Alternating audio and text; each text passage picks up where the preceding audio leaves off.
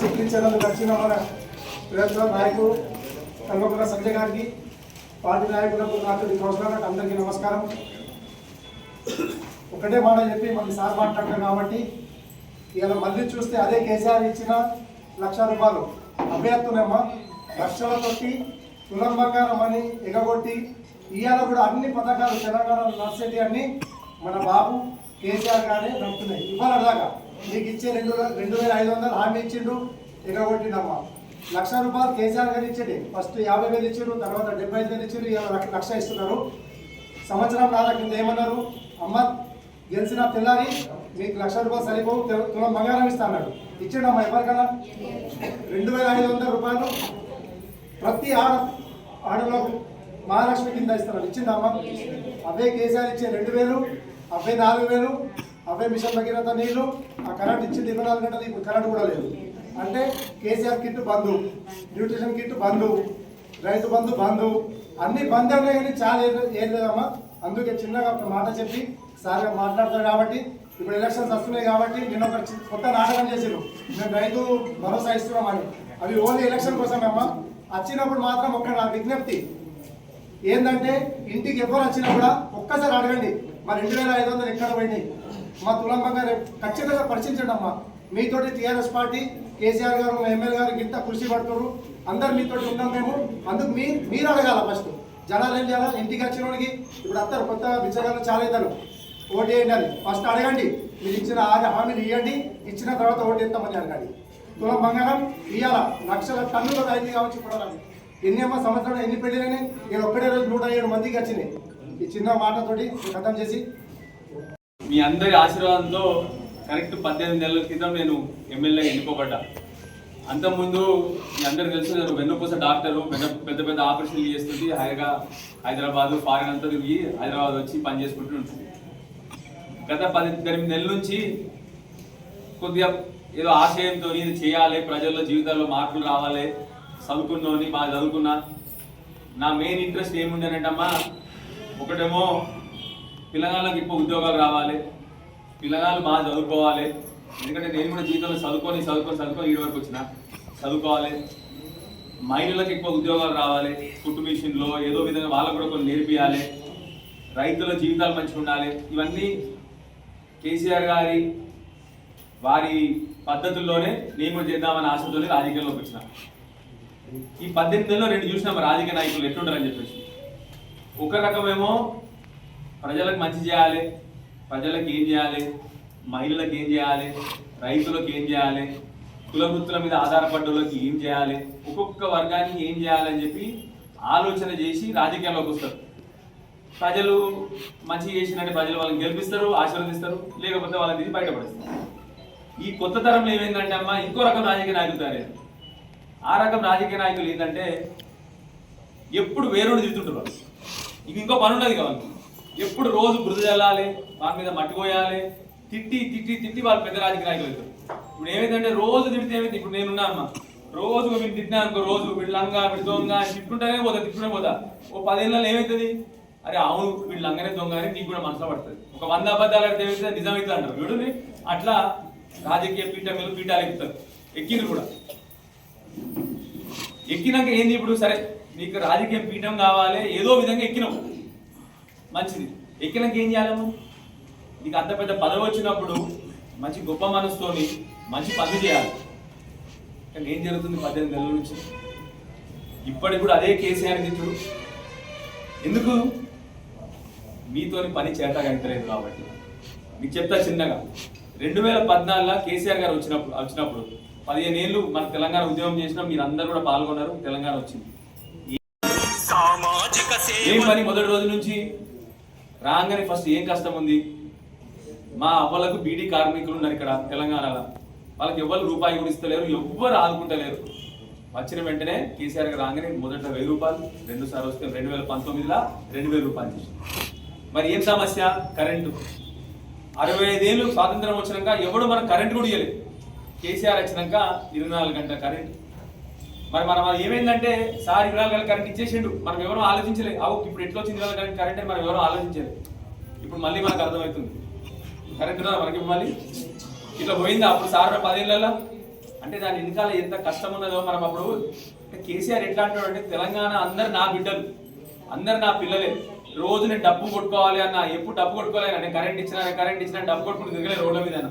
Current అంటే current ఇచ్చేసి, వ్యవసాయం మంచిగా ఉండాలి, రైతులకు 24 గంటల కరెంట్ ఫ్రీ. ఇప్పటివరకు ఏ రాష్ట్రం ఇవ్వాలి, ఇంకా ఏ రాష్ట్రం ఇవ్వాలి, కేసీఆర్ ఒకటే ఇచ్చింది. మా ఆడబిడ్డలకు కష్టమైతే పెళ్లి చేయడానికి, ఒక బిడ్డ పెళ్లి చేయాలంటే అందరూ బంగారం తాకట్టు పెడుతున్నారు, ఆస్తులు అమ్ముతున్నారని రాగానే 1,00,000 రూపాయలు కళ్యాణ లక్ష్మి అని పెట్టింది. అంతకుముందు ఎవరికి ఆలోచన కూడా రాలే. ఇన్నేళ్ళు స్వాతంత్రం వచ్చింది మనకు వచ్చి, ఎవ్వరికి ఆలోచన కూడా రాలే ఇవ్వాలని చెప్పేసి. కేసీఆర్ రాగానే మంచి బ్రహ్మాండంగా అందరికి 1,00,000 రూపాయలు ఇచ్చింది.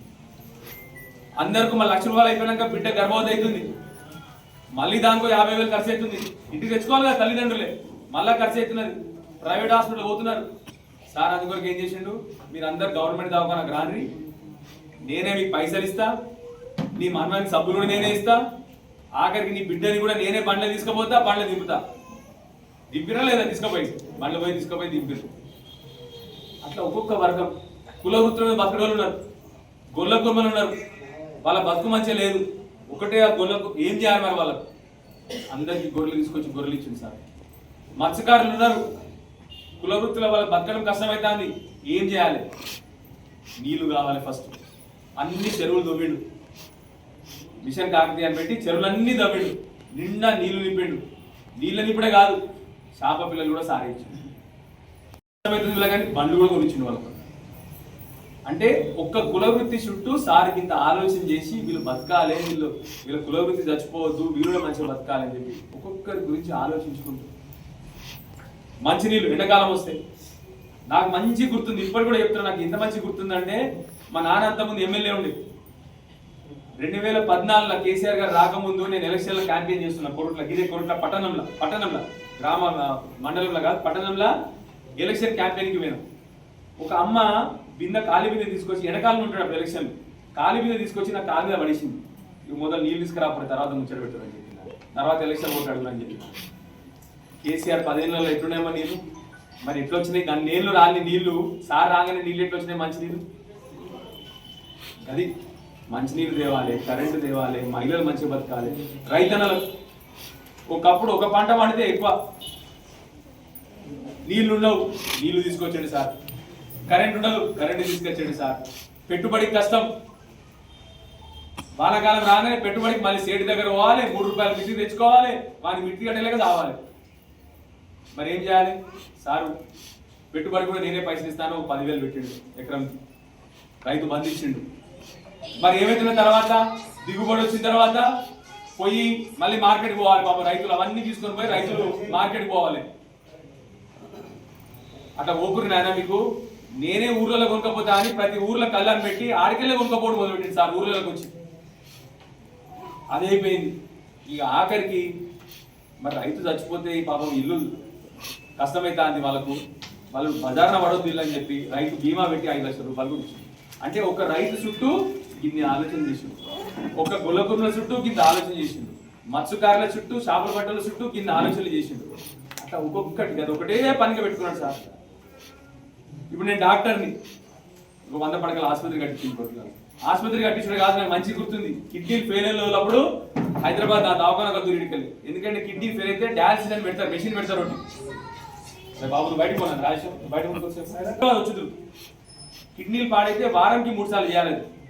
డయాలసిస్ తోని కిడ్నీలు సాఫ్ చేస్తారు అన్నట్టు, వారానికి 3 సార్లు చేయాలి. అట్లాంటిది హైదరాబాద్ వచ్చి చేయించుకుంది. సార్ వచ్చినాక మన కొట్ల పట్టణంలో కూడా పెట్టించిండు డయాలసిస్ సెంటర్. అట్లా ఎవరికి ఏ కష్టం ఉన్నా అందరినీ వీళ్ళు ఏమన్నారు ఎలక్షన్ వచ్చినప్పుడు, ఒకటేమో రెండోది ఏం చెప్పిండ్రు, మేము రాగానే అందరికి కేసీఆర్ 2,000 ఇస్తుండు కదా.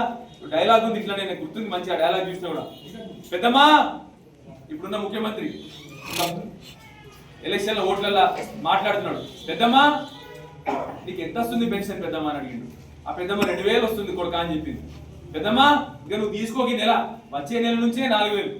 ఇగో ఇప్పటికి 19 నెలలైంది, 19 నెలలైంది. కేసీఆర్ గారు 2,000 అంటే వెంటనే 2,000 వేసిండు. 2,000 కాదు, నాకు మంచి గుర్తుంది.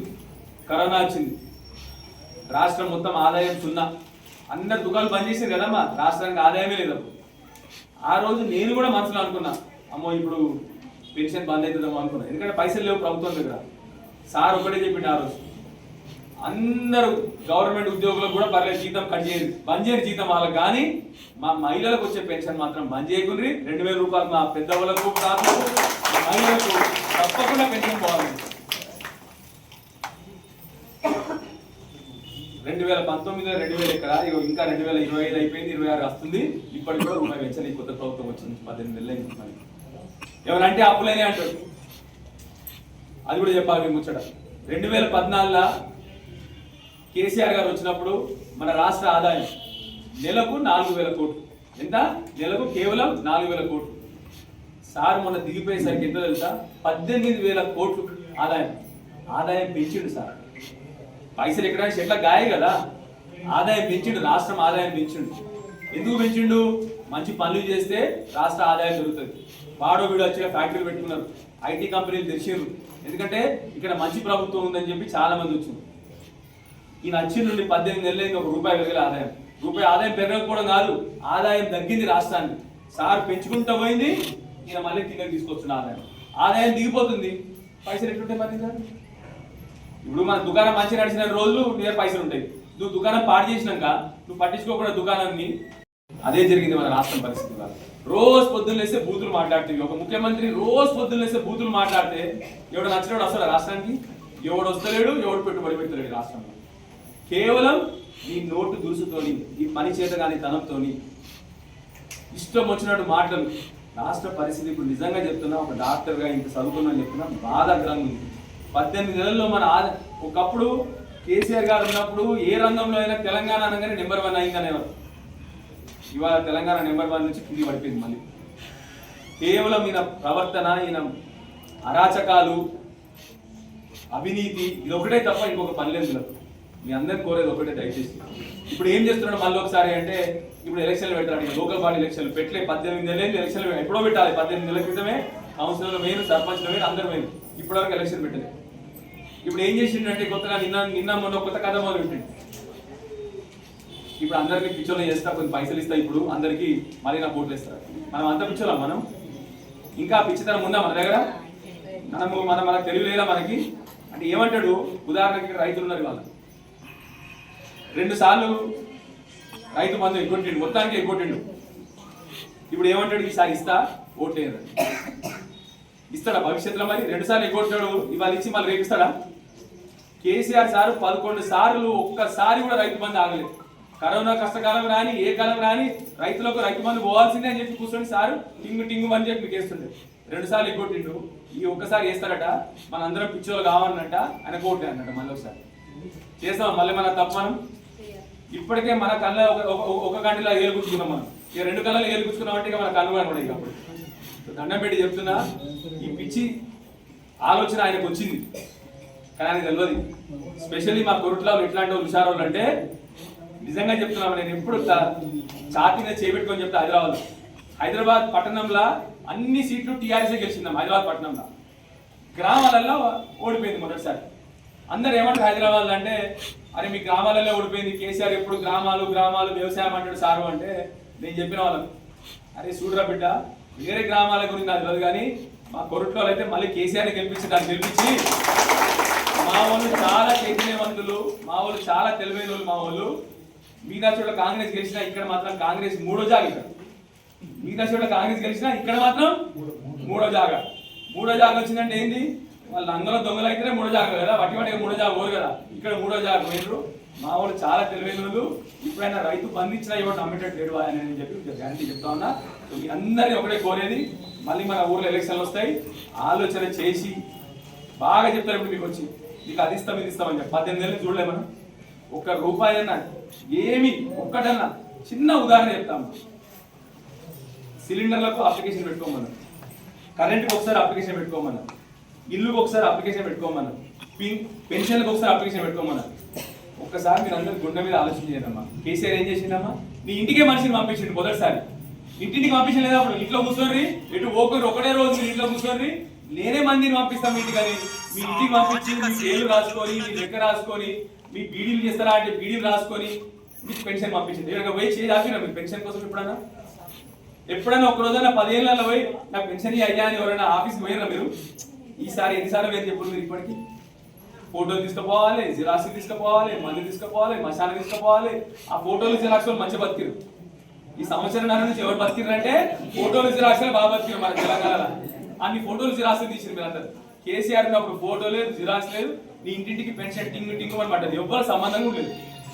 నీ రైతు బంధు వచ్చింది, గన్నిసార్లు రైతు బంధు వచ్చింది, టింగు టింగు అని బ్యాంకులకు పడ్డది, ఎవరిని అడిగేది లేదు, చేసి ఆపేది.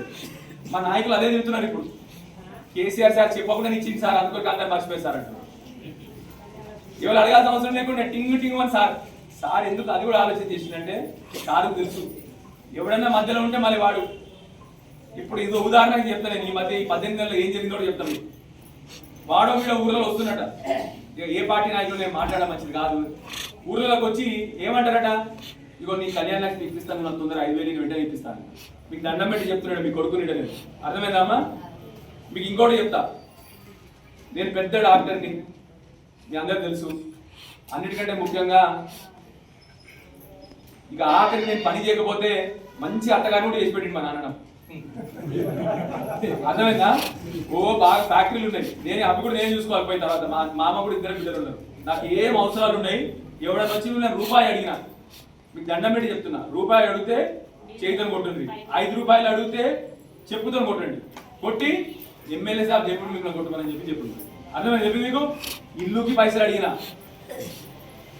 పెన్షన్కి పైసలు అడిగినా, సీఎం రిలీఫ్ ఫండ్కి పైసలు అడిగినా, ఏది అడిగినా కూడా దయచేసి మీరు తన్నుని నేను చూసుకుంటా వాళ్ళని.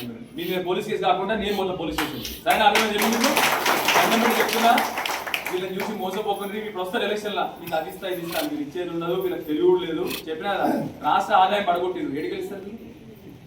రాష్ట్ర ఆదాయం పడగొట్టిరు, ఇక నీకు పైసలు లేకుండా చేసారు వాళ్ళే. సో వీళ్ళు ఇచ్చే మొఖాలు కాదు ఇవి. దయచేసి మళ్ళీ మోసపోదని చెప్పి మీ అందరికి కోరుతూ, మళ్ళీ ఒకసారి మీ అందరికి, మా అమ్మలకు, అక్కలకు, మా బాబులకు అందరికి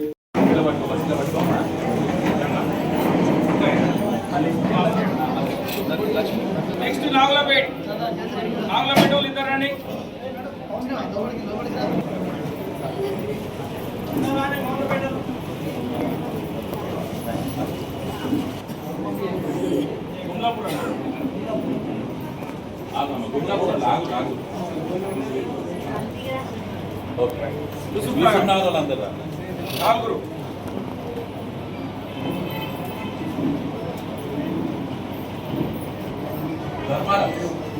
రండమ్మా.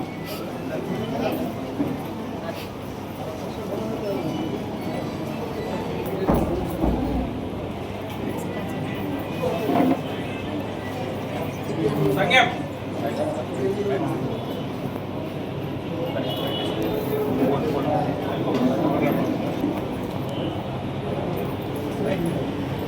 చిన్న మెట్పల్లి రండమ్మా.